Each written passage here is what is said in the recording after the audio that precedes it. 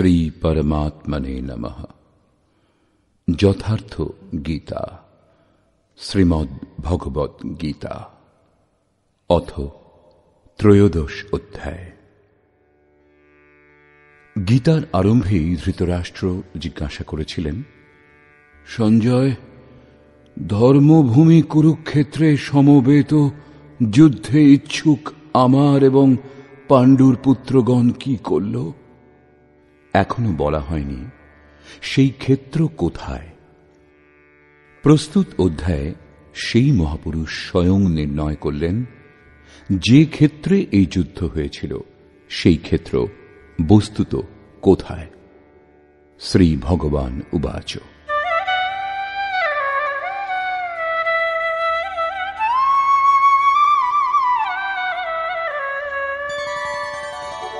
ইদং শরীরং কৌন্তেয় ক্ষেত্রমিত্যভিধীয়তে এতদ্যো বেত্তি তং প্রাহুঃ ক্ষেত্রজ্ঞ ইতি তদ্বিদঃ। কৌন্তেয়, এই দেহটাই একটা ক্ষেত্র এবং যিনি একে উত্তম রূপে জানেন তিনি ক্ষেত্রজ্ঞ।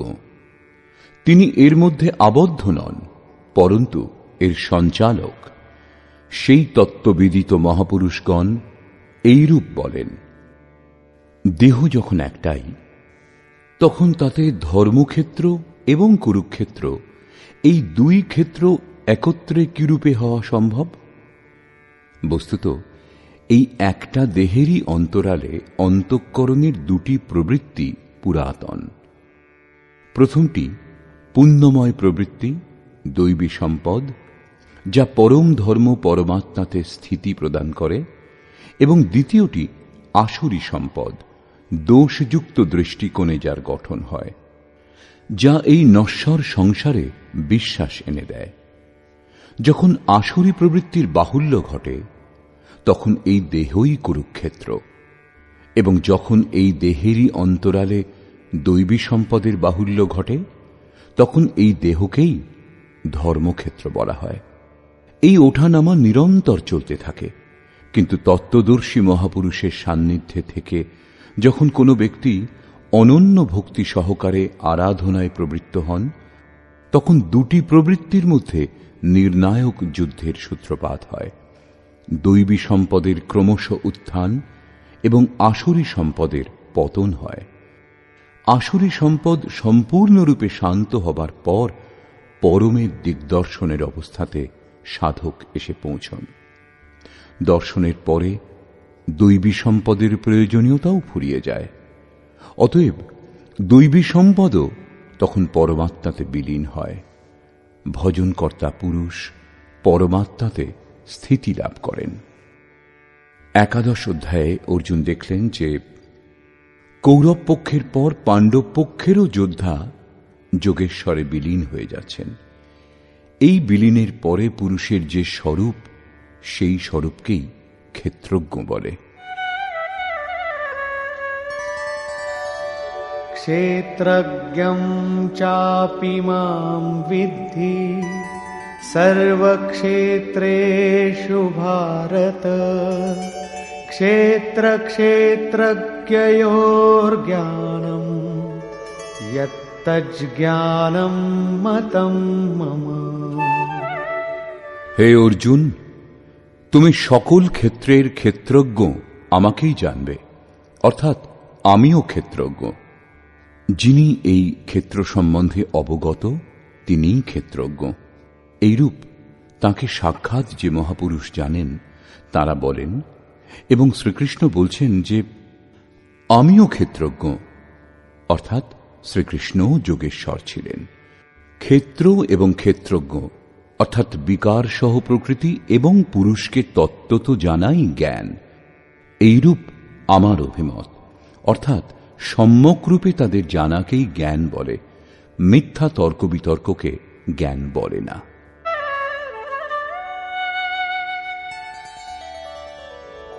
তৎক্ষেত্রম যচ্চ যাদৃক্ চ यद्विकारी यतश्च यत् स च यो यत्प्रभावश्च তৎসমাসেন মে শৃণু।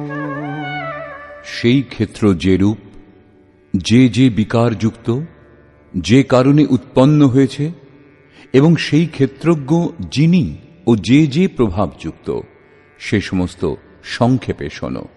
অর্থাৎ ক্ষেত্র বিকারযুক্ত হয়, কোনো কারণে এর উৎপত্তি হয়, পরন্তু ক্ষেত্রজ্ঞ কেবল প্রভাবযুক্ত হয়। আমি বলছি তা নয়, ঋষিগণও বলেন।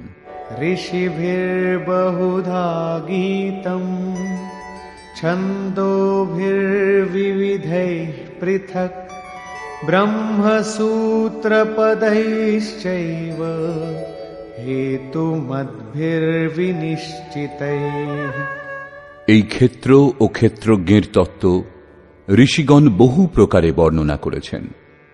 নানা প্রকার বেদ মন্ত্র দ্বারা বিভাজিত করে বলা হয়েছে এবং উত্তম রূপে নিশ্চিত যুক্তিযুক্ত ব্রহ্মসূত্রের বাক্যসমূহ দ্বারাও এই তত্ত্ব নির্ণীত হয়েছে। অর্থাৎ বেদান্ত, মহর্ষি, ব্রহ্মসূত্র এবং আমি একই কথা বলছি। শ্রীকৃষ্ণ সেই কথাই বলছেন যা এরা সকলেই বলেছেন। দেহ অর্থাৎ ক্ষেত্র কি এতটাই যতটা দেখতে পাওয়া যায়? এই প্রসঙ্গে বলছেন,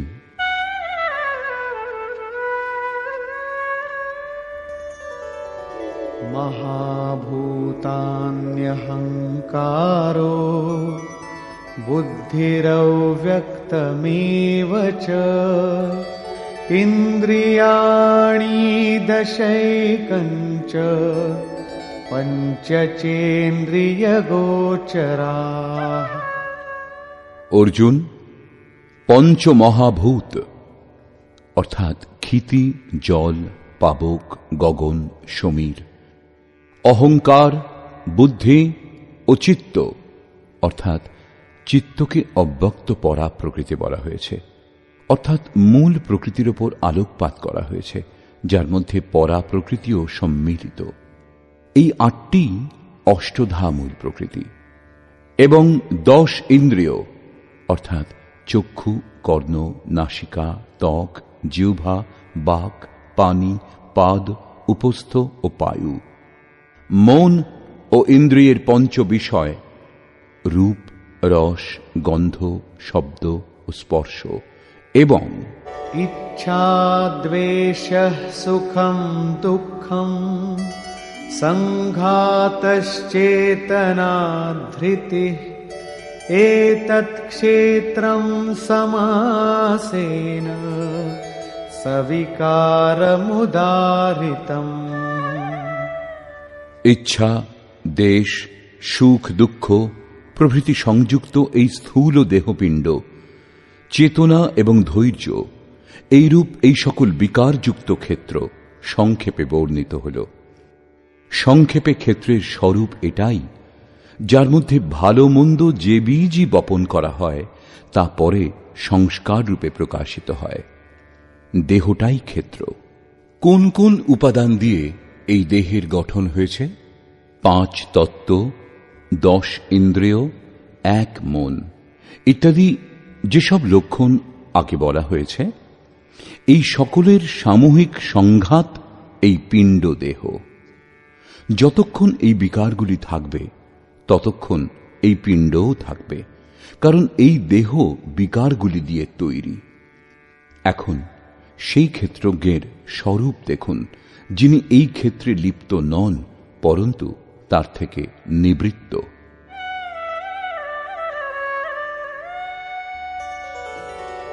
অমানিত্বমদম্ভিত্বম অহিংসা ক্ষান্তিরার্জবম আচার্যোপাসনম শৌচম স্থৈর্যমাত্মবিনিগ্রহ। হে অর্জুন, মান অপমানের অভাব, দম্ভশূন্যতা, অহিংসা অর্থাৎ নিজের এবং অন্যের আত্মাকে কষ্ট না দেওয়া অহিংসা, অহিংসার অর্থ কেবল এই নয় যে পিঁপড়ে মেরো না। শ্রীকৃষ্ণ বলছেন, নিজের আত্মাকে অধোগতিতে নিয়ে যাওয়া হিংসা এবং তার উত্থান শুদ্ধ অহিংসা। এইরূপ পুরুষ অন্যান্য আত্মার উত্থান হেতু উন্মুখ থাকেন। হ্যাঁ, এর আরম্ভ হয় কাউকে কষ্ট না দেওয়া থেকে। এটা তারই একটা অঙ্গ। অতএব অহিংসা, ক্ষমা, মৌন বাণীর সরলতা, আচার্য উপাসনা অর্থাৎ শ্রদ্ধা ভক্তিপূর্বক সদ্গুরুর সেবা এবং তার উপাসনা, পবিত্রতা, অন্তঃকরণের স্থিরতা, মন এবং ইন্দ্রিয় সহ দেহের নিগ্রহ এবং ইন্দ্রিয়ার্থেষু বৈরাগ্যম অনহংকার এব চ জন্ম মৃত্যু জরা ব্যাধি দুঃখ দোষানুদর্শনম। ইহলোক এবং পরলোকের দেখা শোনা সমস্ত ভোগের প্রতি আসক্তির অভাব, অভিমান শূন্যতা, জন্ম মৃত্যু, বৃদ্ধাবস্থা, রোগ ও ভোগাদিতে দুঃখ দোষের পুনঃ পুনঃ চিন্তন। আসক্তিরনভিষ্বঙ্গঃ পুত্রদার গৃহাদিষু নিত্যং চ সমচিত্তত্বম ইষ্টানিষ্টোপপত্তিষু। পুত্র, স্ত্রী, ধন ও গৃহাদিতে আসক্তির অভাব, প্রিয় এবং অপ্রিয়ের প্রাপ্তিতে সদা চিত্তের সমভাব। গৃহস্থের এই অবস্থার মধ্য দিয়েই ক্ষেত্রজ্ঞের সাধনা শুরু হয়। ময়ি চানন্যযোগেন ভক্তিরব্যভিচারিণী বিবিক্তদেশসেবিত্বম অরতির্জন সংসদী। আমাতে অনন্য যোগের সাহায্যে, শ্রীকৃষ্ণ যোগী ছিলেন, অর্থাৎ এইরূপ কোন মহাপুরুষে অনন্য যোগে অর্থাৎ যোগের অতিরিক্ত অন্য কিছু স্মরণ না করে অব্যভিচারিণী ভক্তি অর্থাৎ ইষ্টের অতিরিক্ত অন্য কোনো চিন্তা না আসা, নির্জনে বাস, মানুষের সমূহে বাস করার আসক্তি না হওয়া এবং অধ্যাত্মজ্ঞান নিত্যত্বম তত্ত্বজ্ঞানার্থদর্শনম এতজ্জ্ঞানমিতি প্রোক্তম অজ্ঞানম যদতোন্যথা। আত্মার আধিপত্যের জ্ঞানে এক রস স্থিতি এবং তত্ত্বজ্ঞানের অর্থস্বরূপ পরমাত্মার সাক্ষাৎকার, এই সকলকে জ্ঞান বলে এবং এর বিপরীত যা কিছু সমস্তই অজ্ঞান। এইরূপ বলা হয়েছে। সেই পরম তত্ত্ব পরমাত্মাকে সম্যকভাবে জানা জ্ঞান। চতুর্থ অধ্যায়ে তিনি বলেছিলেন, যজ্ঞ সম্পূর্ণ হবার পর পরিণামে যে জ্ঞানামৃত লাভ হয়, সেই জ্ঞানামৃত যিনি পান করেন তিনি সনাতন ব্রহ্মে স্থিতি লাভ করেন।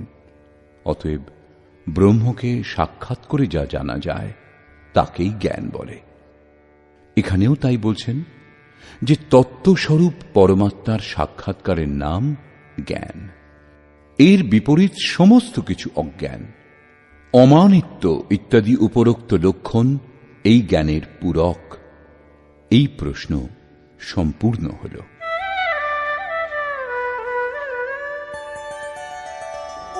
জ্ঞেয়ং যত্তৎ প্রবক্ষ্যামি যজ্ঞাত্বামৃতমশ্নুতে অনাদিমৎপরং ব্রহ্ম ন সত্তন্নাসদুচ্যতে।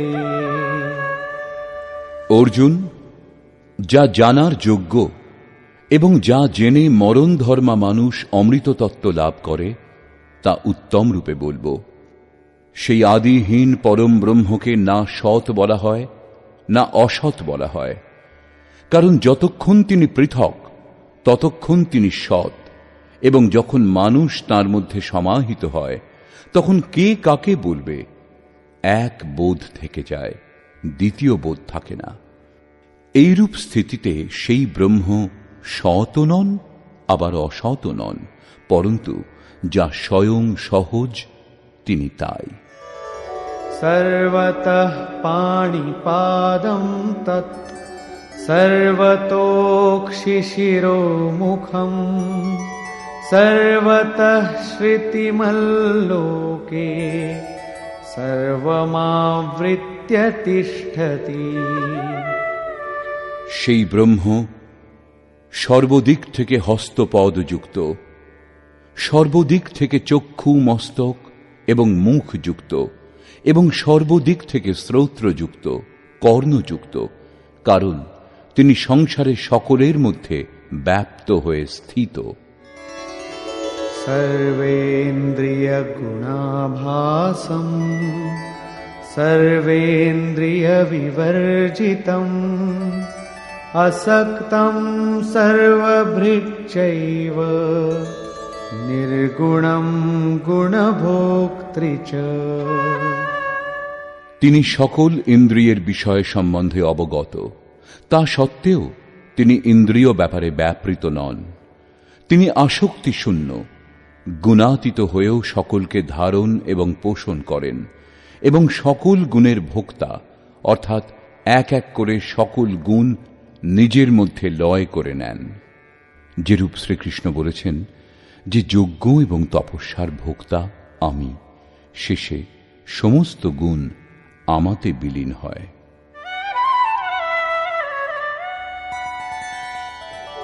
বহিরন্তশ্চ ভূতানাং অচরং চরমেব চ সূক্ষ্মত্বাৎ তদবিজ্ঞেয়ং দূরস্থং চান্তিকে চ তৎ।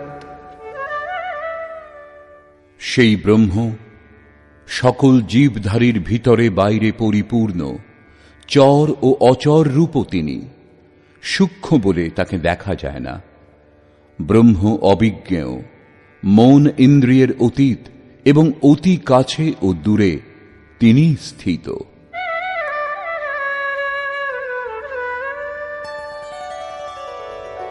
অবিভক্তং চ ভূতেষু বিভক্তমিব চ স্থিতং ভূতভর্তৃ চ তজ্ঞেয়ং গ্রসিষ্ণু প্রভবিষ্ণু চ।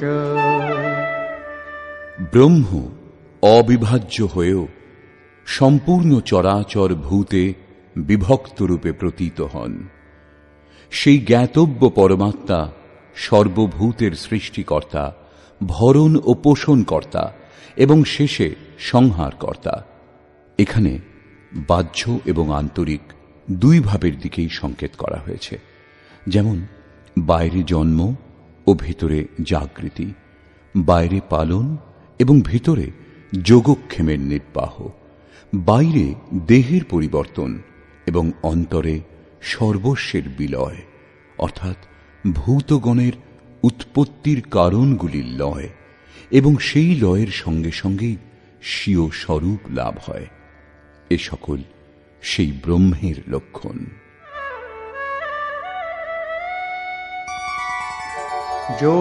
জ্যোতিষামপি তজ্জ্যোতিঃ তমসঃ পরমুচ্যতে জ্ঞানং জ্ঞেয়ং জ্ঞানগম্যং হৃদি সর্বস্য বিষ্ঠিতম। সেই জ্ঞেয় ব্রহ্ম জ্যোতিসমূহেরও জ্যোতি, তম থেকে বহু ঊর্ধ্বে বলা হয়েছে।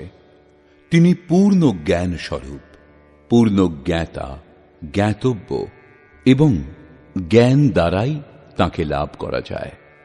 সাক্ষাৎকারের পর যা কিছু জানা যায় তাকে জ্ঞান বলা হয়। এইরূপ জ্ঞান দ্বারাই সেই ব্রহ্মকে লাভ করা যেতে পারে। তিনি সকলের হৃদয়ে স্থিত, তার নিবাস স্থান হৃদয়, অন্যত্র খুঁজলে তাকে পাওয়া যাবে না। অতএব হৃদয়ে ধ্যান এবং যোগ আচরণের দ্বারাই সেই ব্রহ্মের প্রাপ্তির বিধান।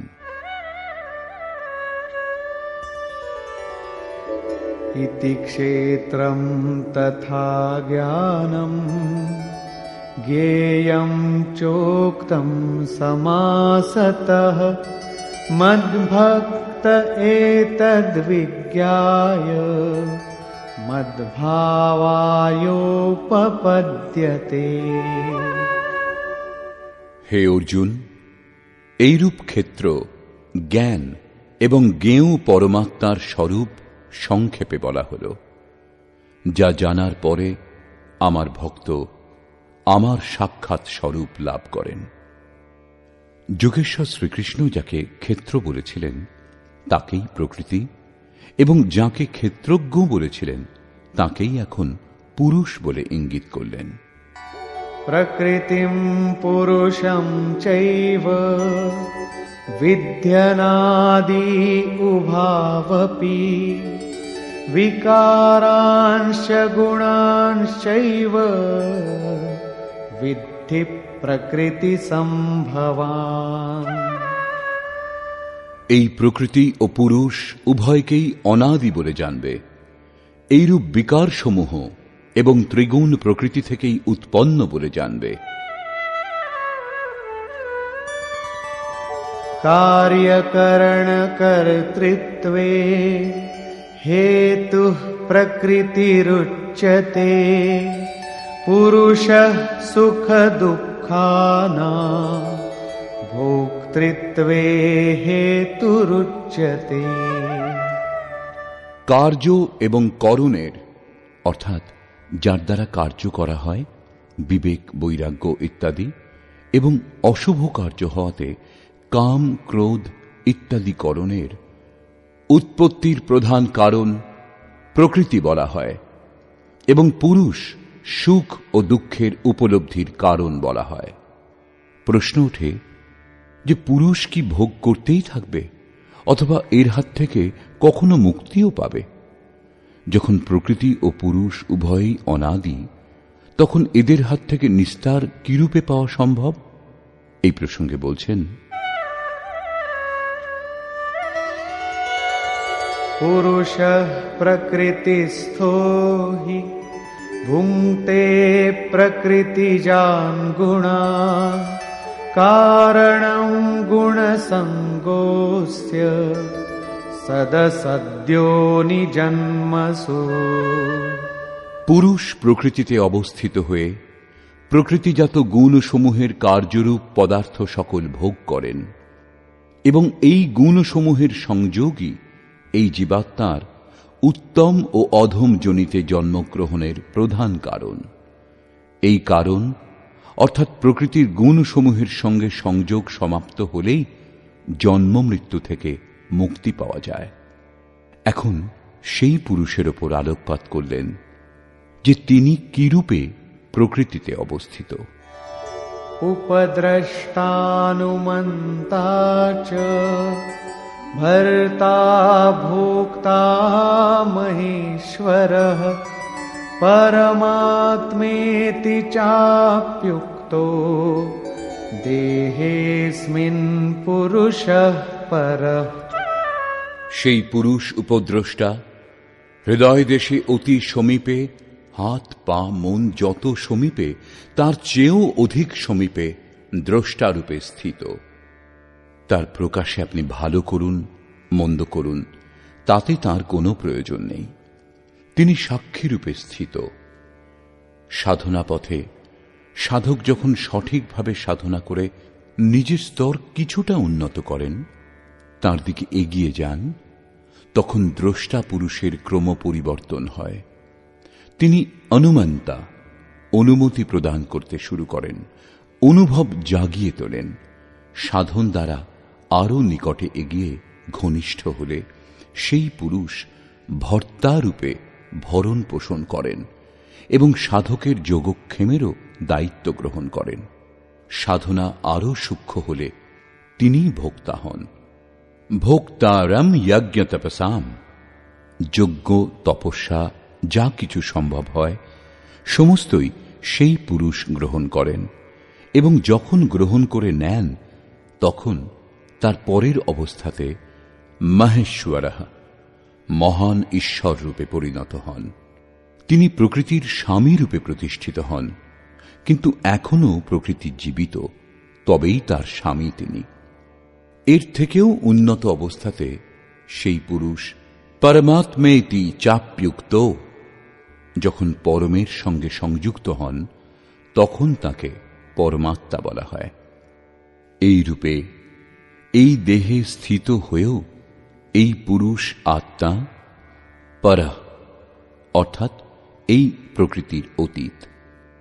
পার্থক্য এই যে শুরুতে দ্রষ্টারূপে ছিলেন, ক্রমশ উত্থান হতে হতে পরমের স্পর্শ করে সাধকও পরমাত্মা রূপে পরিণত হন।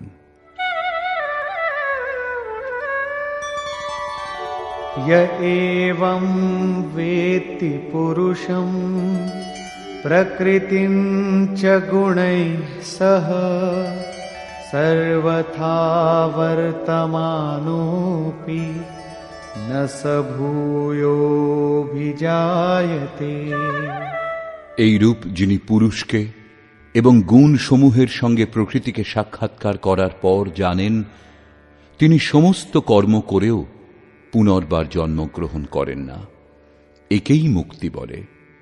এখনো পর্যন্ত যোগেশ্বর শ্রীকৃষ্ণ ব্রহ্ম ও প্রকৃতিকে প্রত্যক্ষ করে জানার পর যে পরম গতি লাভ হয়, অর্থাৎ তাঁর পুনর্জন্ম থেকে নিবৃত্তির ওপর আলোকপাত করলেন, এবং এখন তিনি সেই যোগের ওপর জোর দিলেন যার প্রক্রিয়া আরাধনা।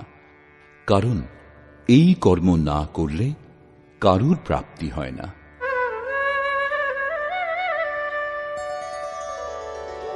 ধ্যানেনাত্মনি পশ্যন্তি কেচিদাত্মানমাত্মনা অন্যে সাংখ্যেন যোগেন কর্মযোগেন চাপরে। হে অর্জুন, সেই আত্মানম পরমাত্মাকে কতকগুলি মানুষ আত্মনা নিজের অন্তর্চিন্তনের সাহায্যে ধ্যানের দ্বারা আত্মনি হৃদয় দেশে দর্শন করেন। কেউ কেউ সাংখ্য যোগ দ্বারা অর্থাৎ নিজের শক্তি বুঝে ওই একই কর্মে প্রবৃত্ত হন, এবং অন্যান্য বহু ব্যক্তি তাকে নিষ্কাম কর্মযোগ দ্বারা দর্শন করেন, সমর্পণ করে সেই নিয়ত কর্মে প্রবৃত্ত হন। প্রস্তুত শ্লোকে মুখ্য সাধন ধ্যান। সেই ধ্যানে প্রবৃত্ত হবার জন্য সাংখ্যযোগ ও নিষ্কাম কর্মযোগ দুটি ধারা আছে। अन्ये त्वेवमजानन्तः श्रुत्वान्येभ्य उपासते तेऽपि चातितरन्त्येव मृत्युं श्रुतिपरायणा। পরন্তু অপর কেউ কেউ যাদের সাধনার জ্ঞান নেই, তারা এই রূপে জানতে না পেরে অন্যেভ্য অন্যান্য যারা তত্ত্বদর্শী মহাপুরুষ তাদের কাছে শুনে উপাসনা করেন, এবং তারাও শুনে মৃত্যুরূপ সংসার সাগরকে নিঃসন্দেহে অতিক্রম করেন। অতএব কোনরূপ কর্ম করতে না পারলে সৎসঙ্গ করুন।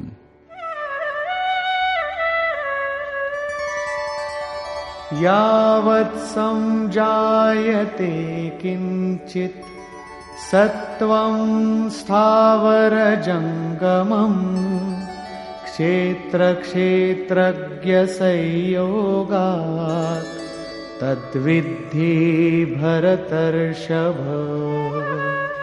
হে অর্জুন, যা কিছু স্থাবর ও জঙ্গম পদার্থ উৎপন্ন হয় সেই সকলই ক্ষেত্র ও ক্ষেত্রজ্ঞের সংযোগে উৎপন্ন হয় জানবে। প্রাপ্তি কখন হয় এই প্রসঙ্গে বলছেন,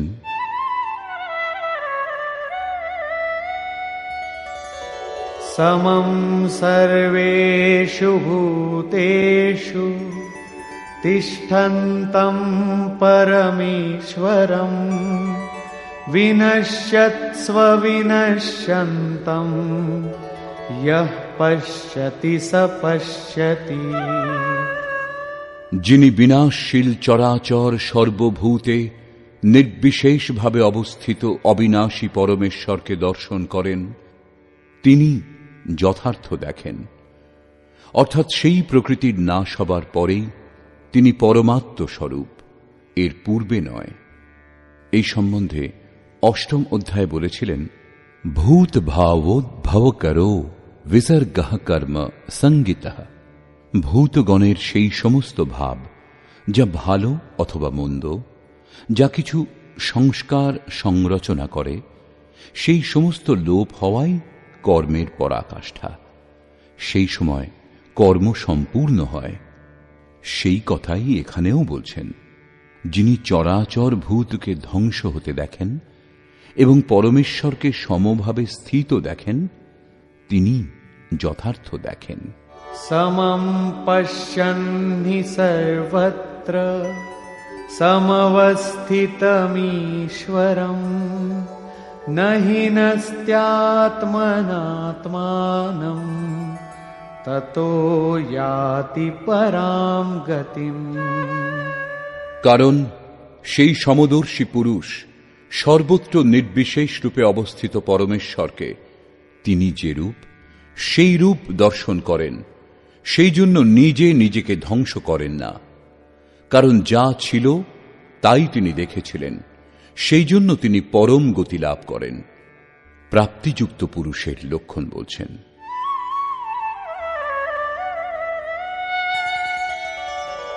प्रकृत्यैव च कर्माणि क्रियमाणानि सर्वशः यः पश्यति तथात्मानम्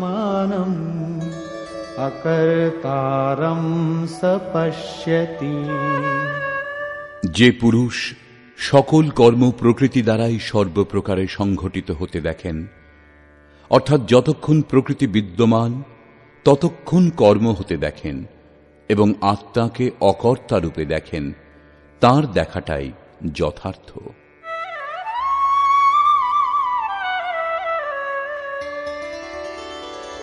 यदा भूतपृथग्भावम् एकस्थमनुपश्यति तत एव च विस्तारम् ब्रह्म सम्पद्यते तदा। যে কালে মানুষ পৃথক পৃথক ভূতসমূহের ভাবে এক পরমাত্মাকে প্রবাহিত স্থিত দেখেন এবং সেই পরমাত্মা থেকেই ভূত সকলের বিস্তার উপলব্ধি করেন, সেই কালে তিনি ব্রহ্মকে লাভ করেন। এই লক্ষণ স্থিতপ্রজ্ঞ মহাপুরুষের।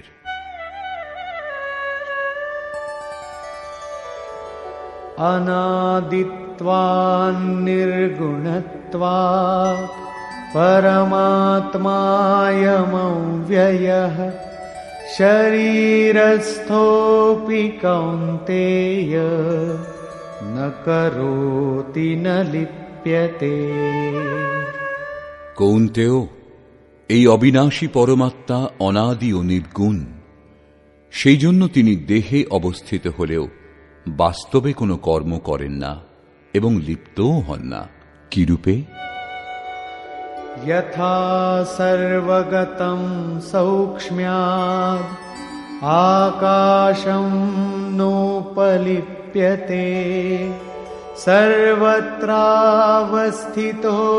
देहे तथात्मानोपलिप्यते।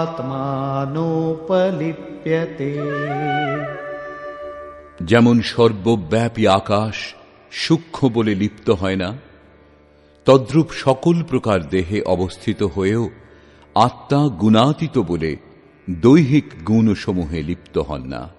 আরো বললেন, यथा प्रकाशयत्येकः कृत्स्नं लोकमिमं रविः क्षेत्रं क्षेत्री तथा कृत्स्नं प्रकाशयति भारत। অর্জুন, যেরূপ একমাত্র সূর্য সমগ্র জগৎকে আলোকিত করে, সেইরূপ এক আত্মা সমস্ত ক্ষেত্রকে প্রকাশিত করে। অবশেষে বললেন, क्षेत्र क्षेत्रज्ञयोरेवम् अन्तरं ज्ञान चक्षुषा भूत प्रकृति मोक्षं च ये विदुर्यान्ति ते परम्। এইরূপ যারা ক্ষেত্র ও ক্ষেত্রজ্ঞের পরস্পর প্রভেদ এবং প্রকৃতি ও তার বিকার থেকে মুক্ত হবার উপায় জ্ঞানরূপ নেত্র দ্বারা জ্ঞাত হন, সেই মহাত্মাগণ পরব্রহ্ম পরমাত্মাকে লাভ করেন। অর্থাৎ ক্ষেত্র ক্ষেত্রজ্ঞকে জ্ঞানচক্ষু দ্বারা দেখা যায় এবং জ্ঞান সাক্ষাৎকারের পর্যায়ভুক্ত। নিষ্কর্ষ: গীতাশাস্ত্রের শুরুতে ধর্মক্ষেত্র কুরুক্ষেত্রের নাম উল্লেখ করা হয়েছে, কিন্তু সেই ক্ষেত্র বস্তুত কোথায়, সেই স্থান সম্বন্ধে বলা বাকি ছিল, যা শাস্ত্রকার স্বয়ং প্রস্তুত অধ্যায়ে স্পষ্ট করেছেন। কৌন্তেয়, এই দেহটাই একটা ক্ষেত্র। যিনি একে জানেন তিনি ক্ষেত্রজ্ঞ। তিনি এই ক্ষেত্রে লিপ্ত নন, নির্লিপ্ত, এর সঞ্চালক। অর্জুন, সকল ক্ষেত্রে আমিও ক্ষেত্রজ্ঞ। অন্যান্য মহাপুরুষগণের সঙ্গে নিজের তুলনা করলেন। এতে স্পষ্ট হয় যে শ্রীকৃষ্ণও যোগী ছিলেন, কারণ যিনি জানেন তিনিই ক্ষেত্রজ্ঞ, এই কথা মহাপুরুষগণ বলেছেন। আমিও ক্ষেত্রজ্ঞ, অর্থাৎ অন্য মহাপুরুষের মতোই আমি। অতএব ক্ষেত্র যেরূপ যে যে বিকারযুক্ত, ক্ষেত্রজ্ঞ যে যে প্রভাবযুক্ত, তার উপর আলোকপাত করলেন। শুধু যে আমি বলছি তা নয়, মহর্ষিগণও তাই বলেছেন। বেদের ছন্দগুলিতেও একেই বিভাজিত করে দেখানো হয়েছে। ব্রহ্মসূত্রেও সেই সমস্তের উল্লেখ আছে। দেহ অর্থাৎ যা ক্ষেত্র, তা কি এতটাই যতটা চোখে পড়ে? এই দেহের উৎপত্তির পেছনে যে যে কারণ বিদ্যমান, তাদের গণনা করে বললেন যে অষ্টধামূলক প্রকৃতি, অব্যক্ত প্রকৃতি, 10 ইন্দ্রিয় এবং মন, ইন্দ্রিয়সমূহের 5টি বিষয়, আশা, তৃষ্ণা ও বাসনা, এইরূপ এই বিকারসমূহের সামূহিক মিশ্রণ এই দেহ। যতক্ষণ এগুলি বিদ্যমান, ততক্ষণ কোনো না কোনো রূপ দেহ থাকবেই। এটাই ক্ষেত্র, যার মধ্যে ভালো মন্দ যে বীজই বপন করা হয়, তা সংস্কার রূপে অঙ্কুরিত হয়। যিনি এর অতীত হয়ে যান, তিনিই ক্ষেত্রজ্ঞ। ক্ষেত্রজ্ঞের স্বরূপ বলার পর তিনি ঈশ্বরীয় গুণধর্মের ওপর আলোকপাত করলেন এবং বললেন যে এই ক্ষেত্রের প্রকাশক ক্ষেত্রজ্ঞ। যোগেশ্বর বললেন, সাধনা সম্পূর্ণ হবার পর পরম তত্ত্ব পরমাত্মার প্রত্যক্ষ দর্শন জ্ঞান। সম্যকভাবে জানাটাই জ্ঞান। এর অতিরিক্ত যা কিছু আছে সে সমস্ত অজ্ঞান। জানার যোগ্য হলেন পরাৎপর ব্রহ্ম। তিনি সৎ নন এবং অসৎও নন। তিনি এই দুইয়ের অতীত। তাঁকে জানার জন্য মানুষ হৃদয়ে ধ্যান করেন, বাইরে মূর্তির সম্মুখে নয়। বহু ব্যক্তি সাংখ্যযোগের মাধ্যমে ধ্যান করেন। বহু ব্যক্তি নিষ্কাম কর্মযোগ সমর্পণের সঙ্গে তাকে লাভ করার জন্য সেই নির্ধারিত কর্ম আরাধনার আচরণ করেন। যারা এই বিধি জানেন না, তারা তত্ত্বস্থিত মহাপুরুষগণের কাছে শুনে আচরণ করেন। তারাও পরম কল্যাণ প্রাপ্ত হন। অতএব যদি কিছু বোধগম্য না হয়, তাহলে তার জ্ঞাতা মহাপুরুষের সৎসঙ্গ আবশ্যক। স্থিতপ্রজ্ঞ মহাপুরুষের লক্ষণ বলার পর যোগেশ্বর শ্রীকৃষ্ণ বললেন, যেরূপ আকাশ সর্বব্যাপী হয়েও নির্লিপ্ত, সূর্য যেরূপ সর্বত্র প্রকাশিত করেও নির্লিপ্ত, সেইরূপ স্থিতপ্রজ্ঞ পুরুষ সর্বত্র সম ঈশ্বর যেরূপ তদ্রূপ দেখার ক্ষমতা যার, তিনি ক্ষেত্র থেকে অথবা প্রকৃতি থেকে সম্পূর্ণরূপে নির্লিপ্ত। অবশেষে তিনি নির্ণয় করে বললেন যে ক্ষেত্র ও ক্ষেত্রজ্ঞকে জ্ঞানরূপ নেত্র দ্বারাই জানা সম্ভব। জ্ঞান, যেমন পূর্বে বলা হয়েছে, সেই পরমাত্মাকে প্রত্যক্ষ দর্শন করে জানাটাই জ্ঞান। শাস্ত্র সকল মুখস্থ করে আবৃত্তি করাকে জ্ঞান বলে না, পরন্তু অধ্যয়ন এবং মহাপুরুষগণের কাছে সেই কর্মকে বুঝে সেই কর্মের আচরণ করে মন এবং ইন্দ্রিয়সমূহ নিরুদ্ধ এবং নিরুদ্ধের বিলয়কালে পরম তত্ত্বকে দর্শন করে যে অনুভূতি হয়, সেই অনুভূতির নাম জ্ঞান। ক্রিয়া আবশ্যক। বর্তমান অধ্যায়ে মুখ্যত ক্ষেত্রজ্ঞের বিস্তারপূর্বক বর্ণনা করা হয়েছে। বস্তুত ক্ষেত্রের স্বরূপ ব্যাপক হয়। দেহ বলা সোজা, কিন্তু এই দেহের সম্বন্ধ কত দূর পর্যন্ত বিস্তৃত? বলা যেতে পারে সমগ্র ব্রহ্মাণ্ড মূল প্রকৃতির বিস্তার।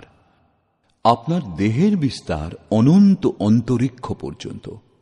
তার দ্বারা আপনার জীবন উর্জ্বস্বিত। তাদের ত্যাগ করে আপনি জীবিত থাকতে পারেন না। এই ভূমণ্ডল, বিশ্বজগৎ, দেশ প্রদেশ এবং আপনার এই দৃশ্যমান শরীর সেই প্রকৃতির একটা অংশও হবে না। এইরূপ বর্তমান অধ্যায়ে ক্ষেত্রেরই বিস্তারপূর্বক বর্ণনা করা হয়েছে। অতএব